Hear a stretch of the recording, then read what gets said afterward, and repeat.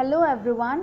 तो आज हम लोग यूक्लिड्स एल्गोरिथम पे बेस्ड एक क्वेश्चन और करेंगे। कल हमने इस पे बेस्ड सीखा था कि इसका पूरा प्रोसीजर क्या होता है। बाकी हाँ, एक इम्पॉर्टेंट बात कि जो हमने पज़ल सॉल्व की थी कल, आप लोग मुझे कमेंट सेक्शन में ज़रूर बताइएगा कि उसका आंसर क्या आएगा।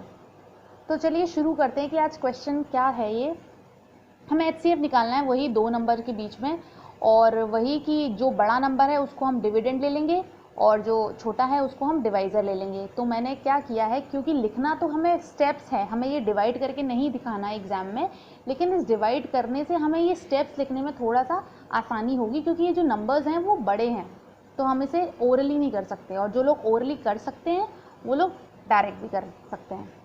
तो चलिए देखते हैं। नॉर्मल डिवीज़न है बिल्कुल, कि ये डिवाइड कैसा करा है, और थोड़ा सा लंबा पड़ेगा लेकिन है बहुत इजी।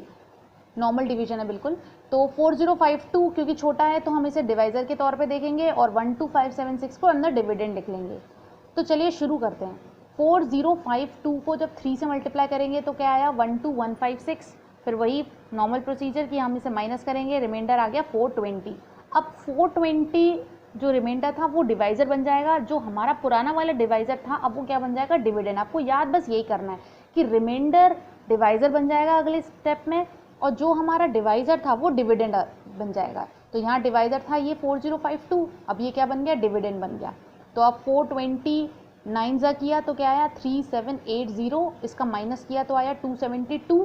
फिर से ये रिमाइंडर है, अब ये डिवाइज़र बन गया। फिर से हमने एक डिवाइड चालू कर दिया, 420 अंदर ले लिया, 272 वन सा क्या होगा, 272। रिमाइंडर आया 148। अब ये 148 फिर से डिवाइज़र बन जाएगा, जो डिवाइज़र है वो अंदर आ जाएगा। 148 वन ज़ा 148, माइनस किया 124 आ गया, 124 रिमाइंडर है, ये डिवाइज़र बन जाएगा, 148 अंदर आ जाएगा, 124 वन ज़ा 124, रिमाइंडर आया 24। फिर से डिवाइज़र का काम करेगा, 124 अंदर आ जाएगा, 5 टाइम्स गया ये 120, माइनस करने पे आया 4। फिर से 4 जो ये है, अब क्या बोलते हैं, डिवाइज़र का काम करेगा, 24 कहाँ आ जाएगा अंदर, 4 6 24। अब इसे हम यहाँ ख़त्म कर देंगे, क्यों, क्योंकि हमारा रिमाइंडर 0 आ चुका है। तो बस वहीं हमें डिवाइड को क्या कर देना है, ख़त्म कर देना। अब तक कहीं नहीं आ रहा था इसलिए हम आगे करते जा रहे थे। तो बस अब हर स्टेप से बिल्कुल अपन वही वाला फॉर्मूला लगाएंगे कि dividend equals to divisor into quotient plus reminder.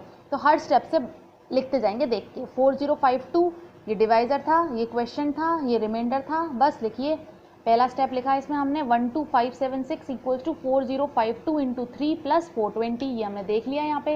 ये divisor into quotient plus remainder. अब स्टेप 2 के लिए क्या होगा बताइए ज़रा, 420 इंटू 9 प्लस 270, ठीक है, ये तीनों का कॉम्बिनेशन हो गया। फिर स्टेप 3 के लिए क्या होगा, 272 इंटू 1 प्लस 148। फिर अगला स्टेप क्या होगा, 124 इंटू 1 प्लस 24, ठीक है। फिर अगला स्टेप 24 इंटू 5 प्लस 4। फिर अगला 4 इंटू 6 प्लस 0। तो इस तरीके से हम सातों स्टेप्स क्या होंगे लिख लेंगे, और जो एचसीएफ होगा, जो हमारा आंसर होगा, वो क्या होगा, जो लास्ट डिवाइज़र होगा। और हमें पता है नॉर्मल कि जो हमने लेमा लिखी थी वो ये थी, A equals to B Q plus R, और जो r की वैल्यू थी वो किसके बीच में लाई कर रही थी, 0 और b के बीच में।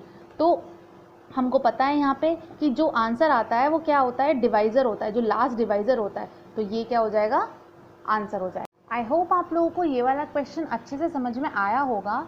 बाकी आप एनसीईआरटी के क्वेश्चन सॉल्व करिए इस वाले दोनों टॉपिक्स पे, यूक्लिड्स लेमा और यूक्लिड्स एल्गोरिथम पे, और मुझे कमेंट सेक्शन में बताइए कि आपको कहाँ प्रॉब्लम आ रही है, फिर हम लोग डिस्कस करेंगे। थैंक यू, जय हिंद।